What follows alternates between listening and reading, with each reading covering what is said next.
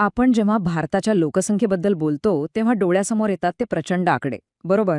पण खरं तर प्रत्येक आकड्यामागे एक मानवी कहाणी आहे. जन्माच्या पहिल्या श्वासापासून ते आयुष्याच्या संध्याकाळपर्यंतचा एक विलक्षण प्रवास. चला, आज आपण या आकड्यांच्या पलीकडे जाऊन याच प्रवासाचा मागोवा घेऊया. 1.4 अब्जाहून अधिक. हो, बरोबर ऐकलं. जगातली सगळ्यात मोठी लोकसंख्या. हा आकडा पाहिला की मनात कितीतरी प्रश्न येतात, नाही का? पण यातली खरी गोष्ट या संख्येची नाहीये. खरी गोष्ट आहे त्या प्रत्येक व्यक्तीच्या, त्या 1.4 अब्ज लोकांच्या वैयक्तिक संघर्षाची, त्यांच्या निवडीची आणि त्यांच्या आशा-आकांक्षांची. तर हा प्रवास आहे तरी कसला आणि तो सुरू कुठून होतो? खरं तर हा प्रवास प्रत्येकासाठी एकाच ठिकाणी सुरू होतो, एका मोठ्या आव्हानाने, अस्तित्वाच्या लढाईने. म्हणजे पहिला अडथळा आहे जगण्याची लढाई. जन्माला येणं हीच इथली पहिली आणि सगळ्यात मोठी लढाई आहे. आणि यात यशस्वी होण्यासाठी अनेक अनेक अडथळे पार करावे लागतात. बरं, ह्या लढाईचं मोजमाप कसं करतात? तर ते होतं बालमृत्यू दरामध्ये, म्हणजे इन्फंट मॉर्टॅलिटी रेट. आता हा फक्त एक टेक्निकल शब्द वाटेल, पण तसं नाहीये. हा खरं तर आपल्या समाजाच्या आरोग्याचा आरसा आहे. तो आपल्याला दाखवतो की आपण आपल्या सगळ्यात लहान, सगळ्यात नाजूक सदस्यांची काळजी घेण्यासाठी कितपत सक्षम आहोत. आणि या मृत्यूंमागे फक्त काही वैद्यकीय कारणं नाहीत हे लक्षात घ्यायला हवं. याच्या मुळाशी आहे गरिबी, कुपोषणाचं एक दुष्टचक्र, मातांच्या आरोग्याकडे होणारं दुर्लक्ष आणि स्वच्छ पाणी किंवा लसीकरणासारख्या अगदी मूलभूत गरजांची कमतरता. म्हणजे ही एक सामाजिक समस्या आहे, केवळ आरोग्याची नाही. पण अनेकांसाठी जगण्याचं हे आव्हान जन्माच्या आधीच सुरू होतं. हो, जन्माच्या आधी. एक मोठी अदृश्य लढाई, जी जन्मानंतर नाही तर जन्माच्या आधीच सुरू होते. आणि या लढाईचं स्वरूप ठरतं लिंगावरून.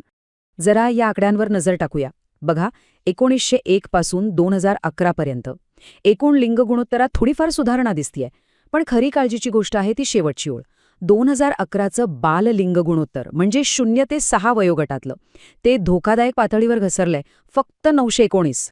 याचा अर्थ अगदी स्पष्ट आहे, नाही का? मुली जन्माला येण्याआधीच गायब केल्या जात आहेत. या भीषण वास्तवाला नोबेल विजेते अमर्त्य सेन यांनी एक नाव दिलं आहे, मिसिंग विमेन किंवा हरवलेल्या स्त्रिया. फक्त 2 शब्द, पण या 2 शब्दांमध्ये या सामाजिक संकटाची सगळी दाहकता सामावलेली आहे. तर मग असं का होतंय? या सगळ्याच्या मुळाशी आहे एकच गोष्ट: समाजात खोलवर रुजलेली पितृसत्ताक व्यवस्था. आणि याच व्यवस्थेमुळे निर्माण होतो तीव्र पुत्रमोह. म्हणजे मुलगाच हवा हा हट्ट. का? तर वंश चालवण्यासाठी, म्हातारपणीच्या आधारासाठी. हा विचार आजही आपल्या समाजात कित्येक तरी घट्ट आहे. आणि या जुन्या विचारसरणीच्या हातात आता एक नवीन आधुनिक शस्त्रालय: तंत्रज्ञान. गर्भलिंग निदान चाचणीचा गैरवापर करून या भेदभावाला आणखी क्रूर बनवलं गेलंय.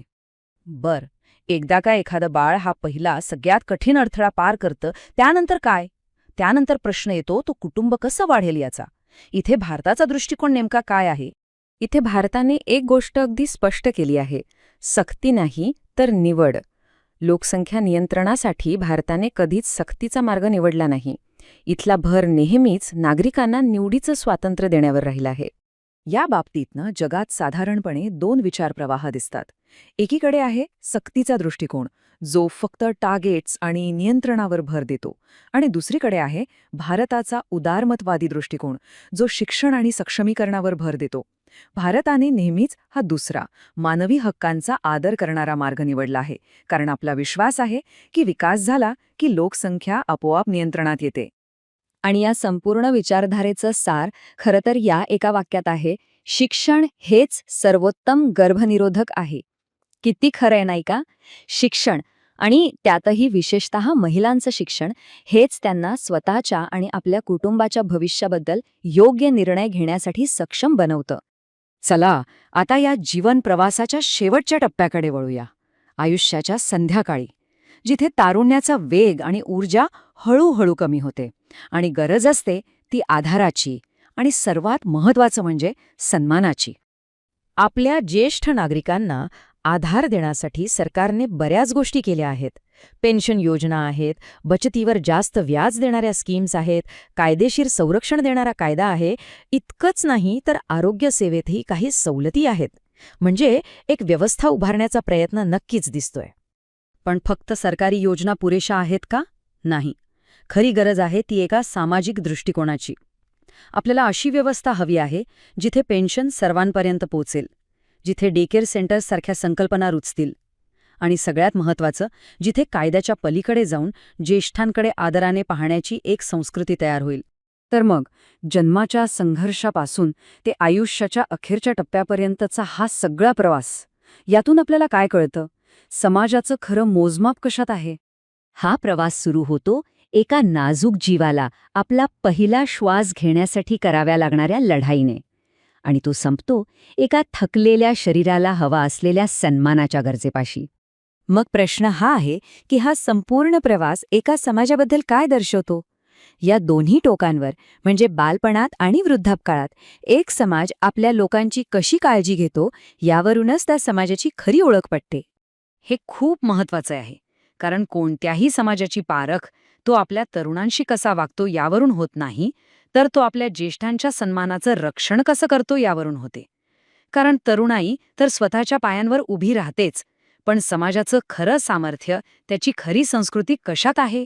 तर ती आहे तो समाज आपल्या सर्वात असुरक्षित घटकांना, म्हणजे लहान मुलांना आणि ज्येष्ठ नागरिकांना किती सन्मानाने आणि किती काळजीने जपतो यात.